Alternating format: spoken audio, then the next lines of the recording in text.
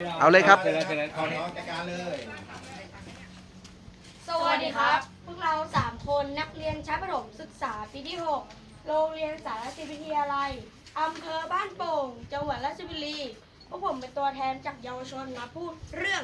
ถังหมักรักโลกเปลี่ยนขยะให้เป็นประโยชน์ ซึ่งมีคณะปฏิบัติธรรมดังนี้ครับ1ครับผมเด็กชายอภิสิทธิ์สิทธิทัศน์สุนันท์ครับ2ครับผมเด็กชายปวีกรรัตนากรครับ3กับผมเด็กชายทศพลอัศววิเทยนครับขยะเป็นมหาระดับชาติที่ทุกคนต้องหันมาสนใจและตระหนักถึงการลดขยะอย่างยั่งยืนปัจจุบันประเทศไทยมีปริมาณขยะมูลฝอย 26.9 ล้านตันต่อปีซึ่งเกิดจากมนุษย์แทบทั้งสิ้นชุมชนบ้านลังพับหมู่ที่ 1ตั้งอยู่ในเขตพื้นที่ของเทศบาลตำบลกับใหญ่อำเภอบ้านโป่งจังหวัดราชบุรีครับอำเภอบ้านโป่งจังหวัดราชบุรีครับจากเดิมเริ่มจากพื้นที่ที่ไม่มีที่ทิ้งขยะจนเกิดปัญหาขยะล้นเมืองทำให้ชุมชนและเทศบาลในพื้นที่ต้องหันมาสนใจแก้ไขปัญหาขยะอย่างจริงจังชุมชนบ้านลางพับเป็นชุมชนปลอดขยะโดยได้นำแนวคิด Zero Waste คือการจัดขยะให้เป็นศูนย์ประกอบกับการใช้หลัก 3R คือการใช้น้อยการใช้ซ้ำการนำกลับมาใช้ใหม่มาเป็นหลักและแนวทางการลดขยะโดยการมีส่วนร่วมในชุมชนครับถังใบนี้นะครับมีที่มาที่ไปของหมู่บ้านลางพับซึ่งเป็นหมู่บ้านของพวกผม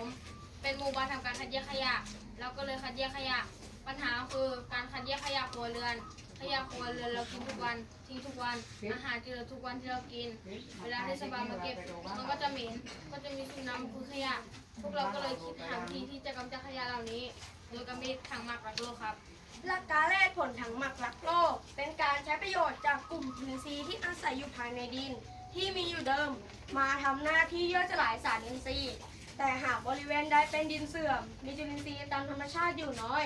ก็อาจจะเพิ่มจุลินทรีย์ได้โดยการเติมขี้วัวหรือเติมน้ำหมักชีวภาพเข้าไปรองพื้นถังหมักก่อนเทใส่อาหารได้ครับหลักการหมักเป็นการหมักโดยกระบวนการขัดจุลินทรีย์และเทคนิคเช่นซึ่งการทำให้กินเหม็นได้มากไม่ได้กับการหมักอื่นๆดังนั้นออกซิเจนจึงเป็นปัจจัยสำคัญที่สุดสำหรับถังหมักโลกโดยการนำถังจะมุ่งเน้นให้จัดการหมุนเวียนถ่ายเทอากาศเพื่อให้การเช่นและน้ำสูบที่สูดถังหมักได้ทุกครับคุณสมบัติของถังใบนี้นะครับ 1. ช่วยเก็บกลิ่น 2. ช่วยเร่งการย่อย 3. ช่วยระบายกลไกของกลไกธรรมชาติการเก็บกลิ่นก็ใช้กลไกธรรมชาติเหมือนกันคือจะใช้ความร้อนของแสงแดดช่วยในการเก็บกลิ่นได้คือทำให้กลิ่นขึ้นมาจากด้านข้างเกิดการเพิ่มแรงดึงที่สูงมันก็เลยพัดกลิ่นลงไปในถังเหมือนเดิมถังก็ได้ดึงอากาศจากภายนอกเข้าไปจึงเกิดการหมุนเวียนของการขึ้นครับทำให้ถังใบนี้มีอาการสุรพืชหรือเชื้อต่างๆแมลงต่างๆและมีกระบวนการทำงานเกิดขึ้นซึ่งถังใบนี้ต่างประเทศมีขายปกติในราคาสูงซึ่งนำไปใช้ในประเทศไทยไม่ค่อยดีเพราะสภาพอากาศที่แตกต่างกันครับเราเลยมีการประยุกต์ขึ้นมาทำให้ใช้เหมาะกับประเทศไทยมากขึ้นจากเมืองนอกราคา 2,000 บาทจากของเราประมาณ 50 บาทครับวิธีการทำนะครับถังตัวล่างที่เรารับประทานที่จะตัวล่างเมื่อเกิดกระบวนการย่อยจุลินทรีย์หนอนแมลงและที่อื่นก็จะมีอาหารนี่คือกลไกในการที่ทำให้อาหารเกี่ยวไปทำเลยนะครับเป็นกลไกที่สำคัญเรามีการกระตุ้นข้างให้อากาศจะเกิดในข้างขึ้นมาด้านนอกมันจะเกิดกับน้ำกับเป็นน้ำมันจะมีเกลือไปด้านล่างถ้าอากาศเล็กน้อยตีจะจับมันเข้าไปถังใช้งานนะครับแล้วก็ขนมดี10 เซนนะครับประมาณ10 เซนติเมตรแล้วได้อาหารสามารถใช้รถของเดือนละ1 ครั้งแต่ละครั้งสำหรับไม่เกินครึ่งภายใน3 วันอาหารก็ยิ่งไปครับซึ่งทำแบบนี้เราสามารถถังเก่าให้ทำได้เดือนให้ทำได้ทำแบบนี้ที่ต้องจับใส่จุลินทรีย์ขยะขบวนเลยที่1 รับเองครับ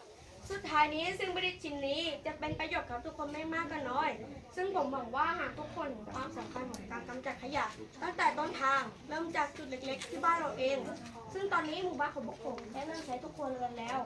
วในของพวกผมด้วยครับพวกเราขอจบการนำเสนอสิ่งที่ถังหมักรักโลกเพียงเท่านี้ครับขอบคุณครับ